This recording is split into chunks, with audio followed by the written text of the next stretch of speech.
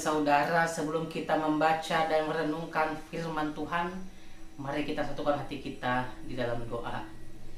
Bapa dalam Yesus Kristus, kami mengucap syukur Tuhan untuk pagi ini, di mana Tuhan masih memberikan kami semua nafas kehidupan, kesehatan dan kekuatan, khususnya hati yang masih mau terbuka untuk membaca dan merenungkan firman-Mu.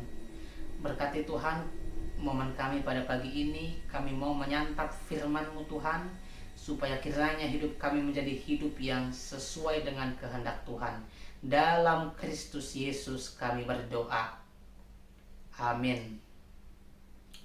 Firman Tuhan yang menjadi landasan untuk kita semua pada hari ini, Sabtu tanggal 7 Maret 2026,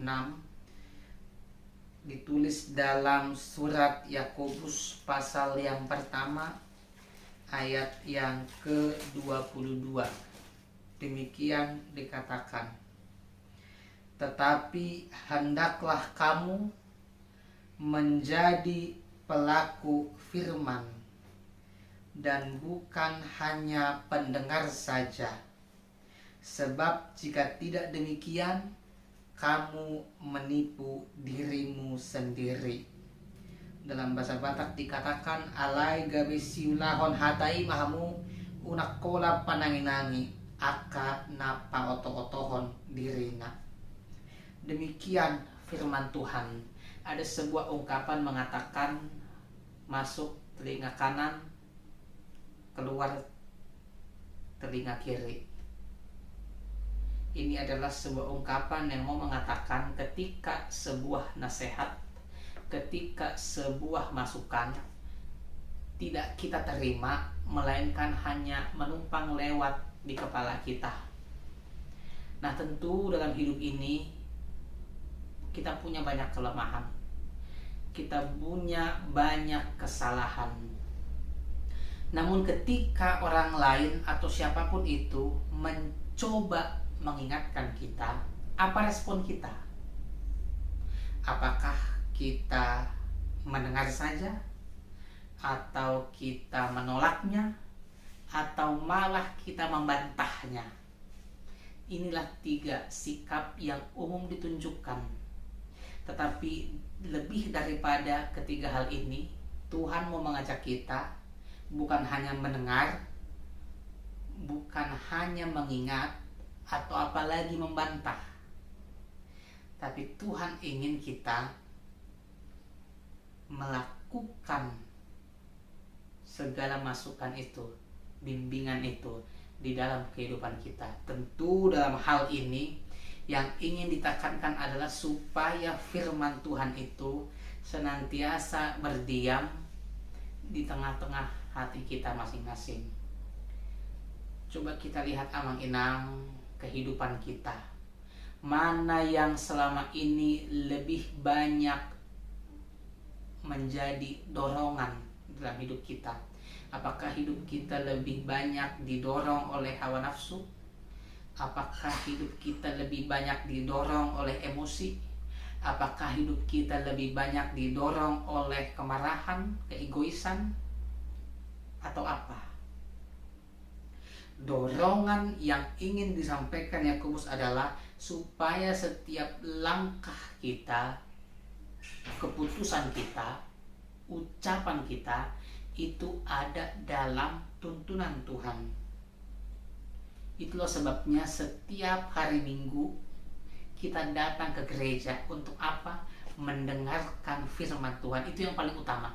Memuji Tuhan dan mendengarkan firman Tuhan. Bagi kita HKBP, pusat ibadah adalah ketika khotbah itu disampaikan, maka firman adalah yang paling utama di antara yang lainnya. Maka ketika kita telah mendengarkan sebuah firman disampaikan, apa respon kita? Apakah kita sungguh-sungguh menyimak firman itu? Jangan-jangan hal ini pun sudah sulit. Kita lihat amang-inang di sekeliling kita, atau jangan-jangan kita sendiri, kita masih kurang fokus dalam ibadah.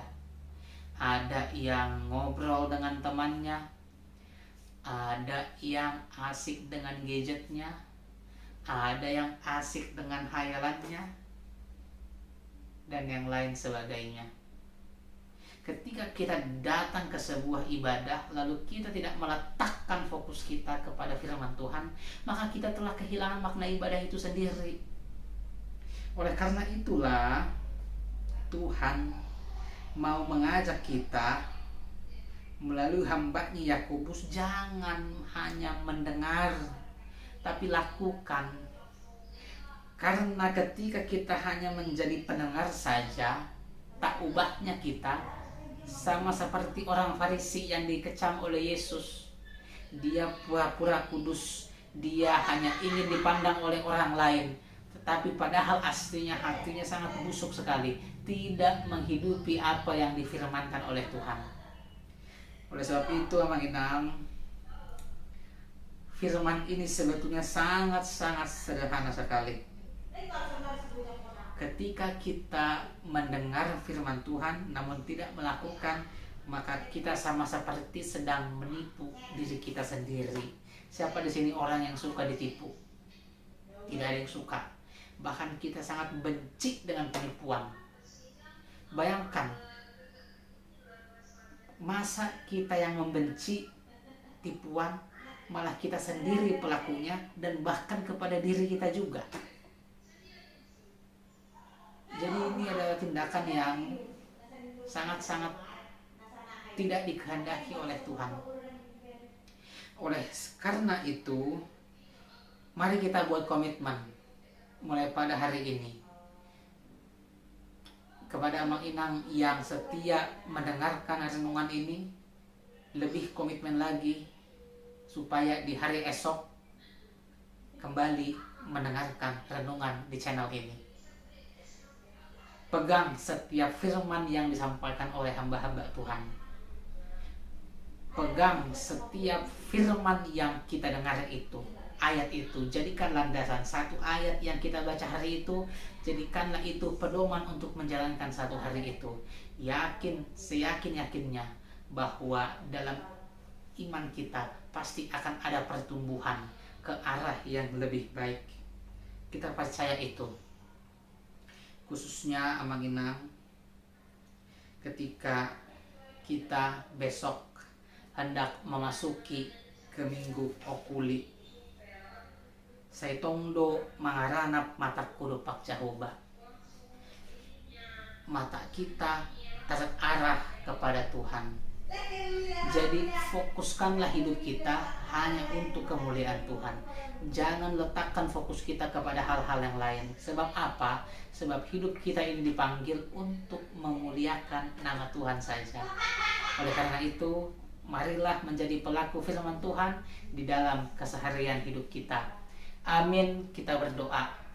Bapa dalam Yesus Kristus, terima kasih Tuhan untuk sapaan firman pada pagi hari ini. Kau mengingatkan kami Tuhan supaya menjadi pelaku firman, bukan hanya pendengar saja.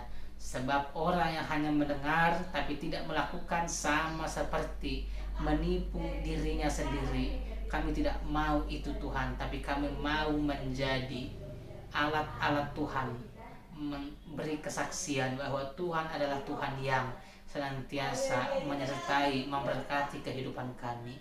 Oleh sebab itu, perjalanan hidup kami sepanjang hari ini kami serahkan ke dalam tangan Tuhan, supaya Tuhanlah yang menuntun, membimbing, dan menopang kami. Berkati kami Tuhan dalam pekerjaan kami.